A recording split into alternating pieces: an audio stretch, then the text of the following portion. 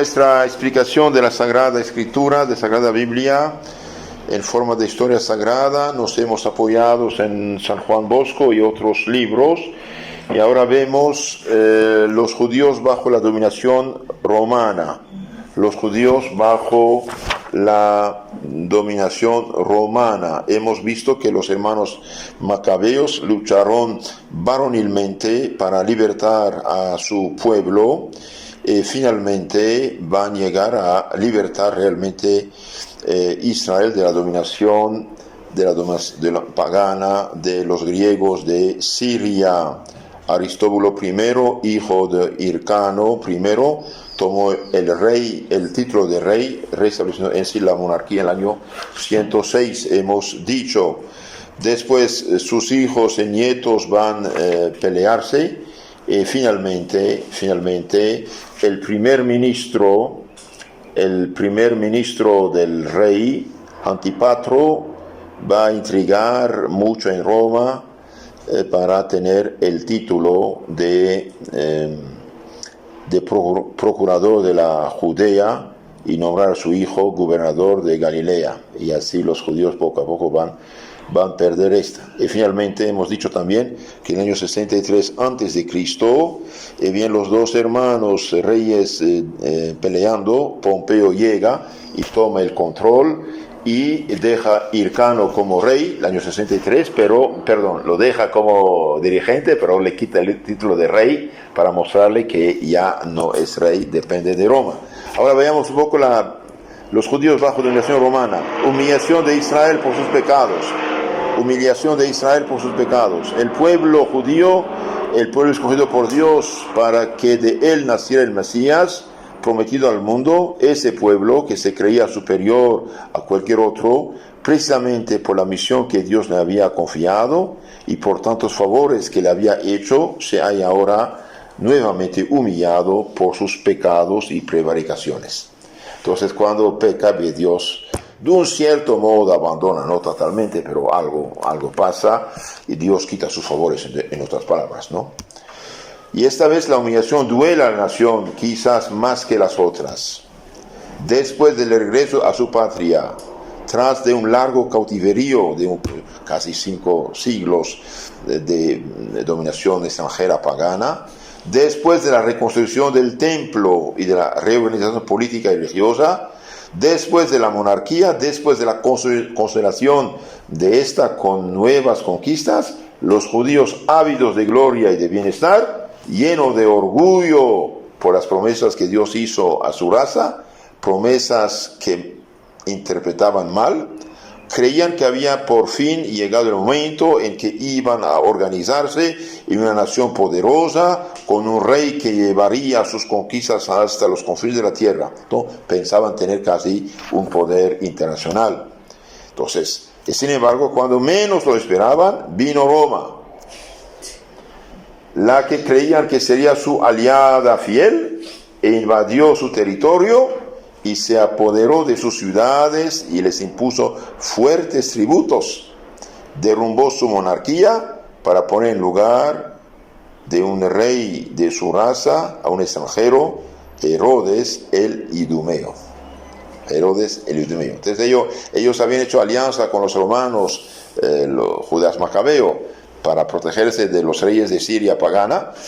Bien, sí llegaron a beneficiar algo, pero después, como ellos mismos se peleaban entre ellos, bien, Pompeo, dijimos en el 63, viene y quita el título de rey al rey de Israel, ¿no? Y finalmente van a perder hasta esto.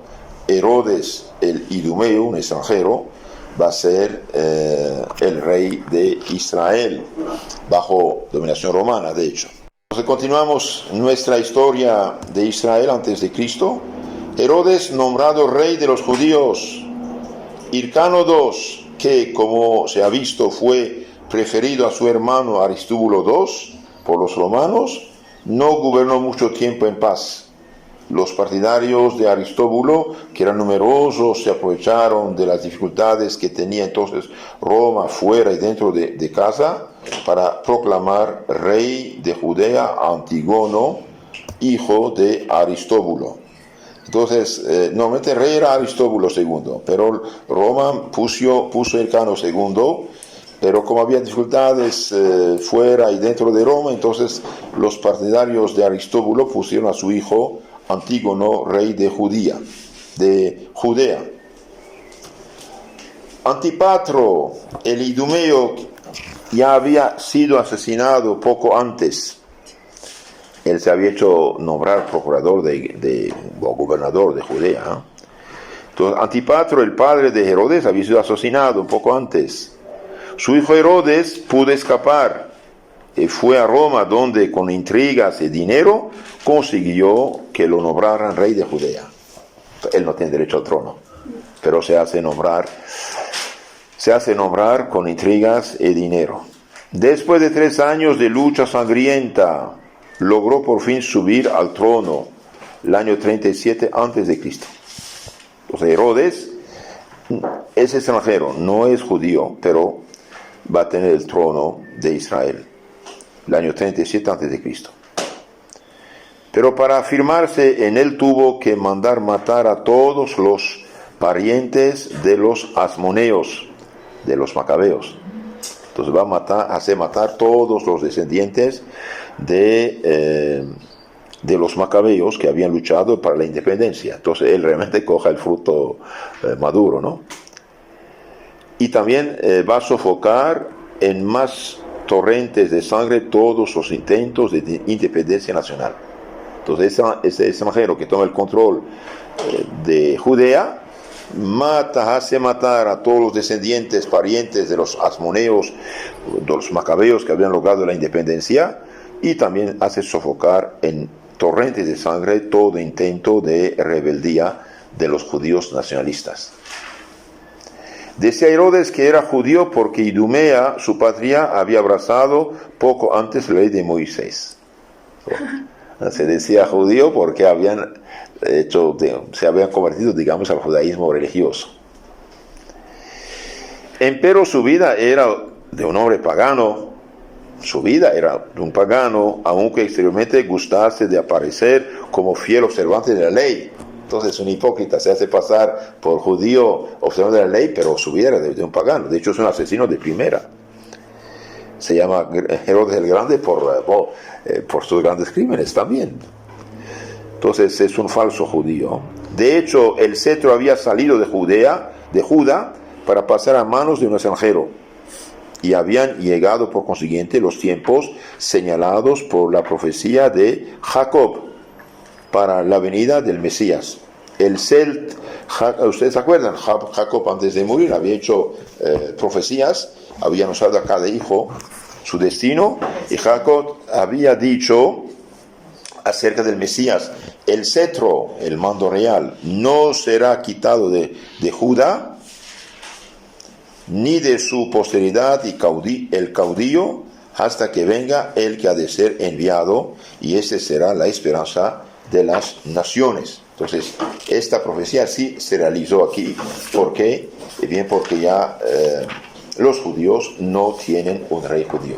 Este es en Génesis capítulo 49, versículo 10.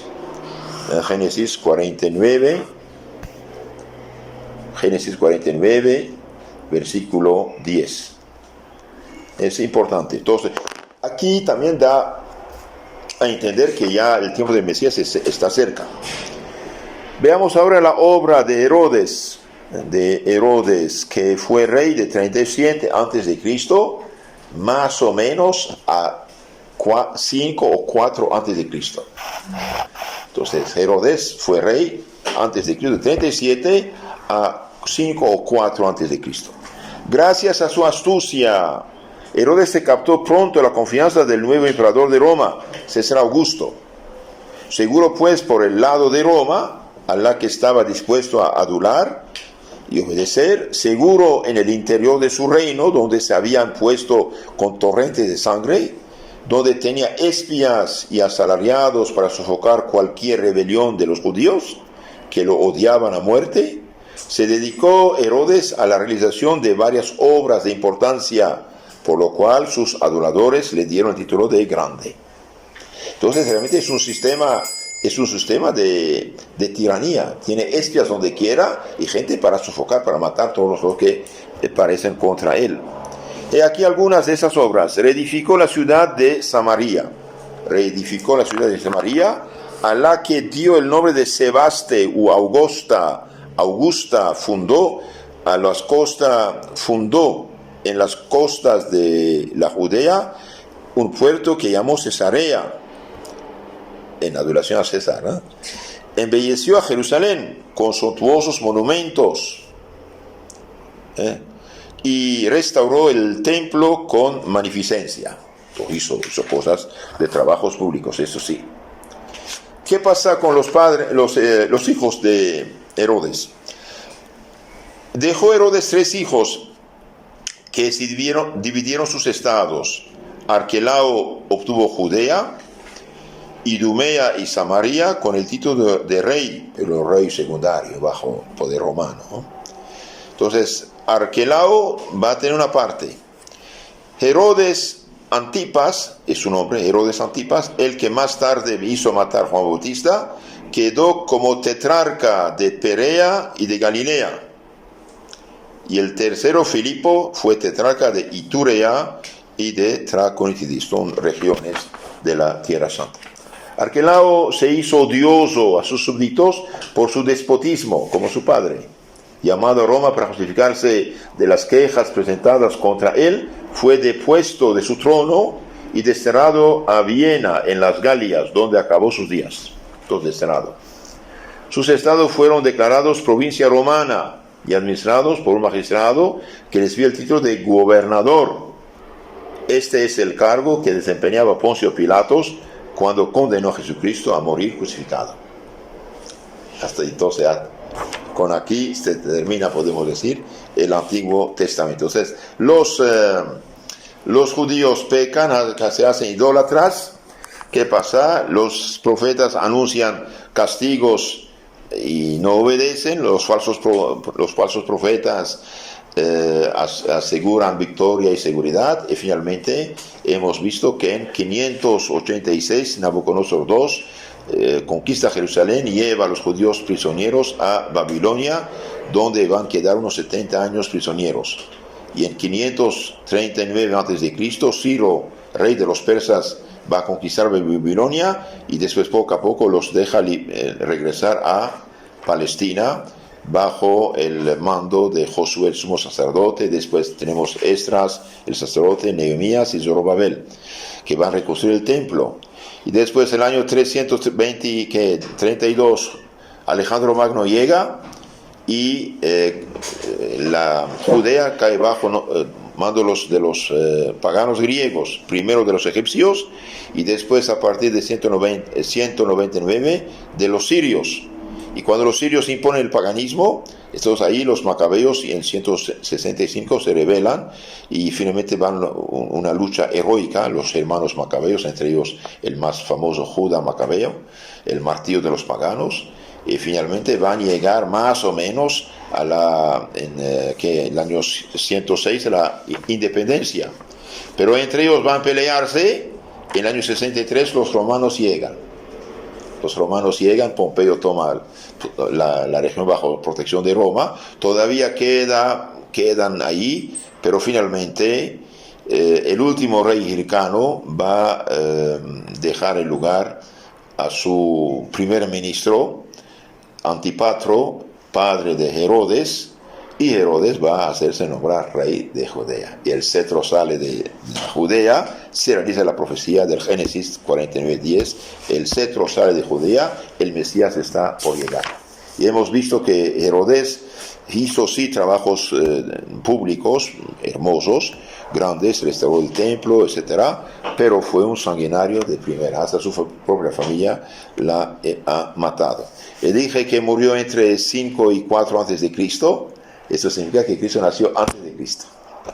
Entonces, cuando decimos año 1 era de Cristo, a la verdad es año entre 4 y 5 antes de Cristo.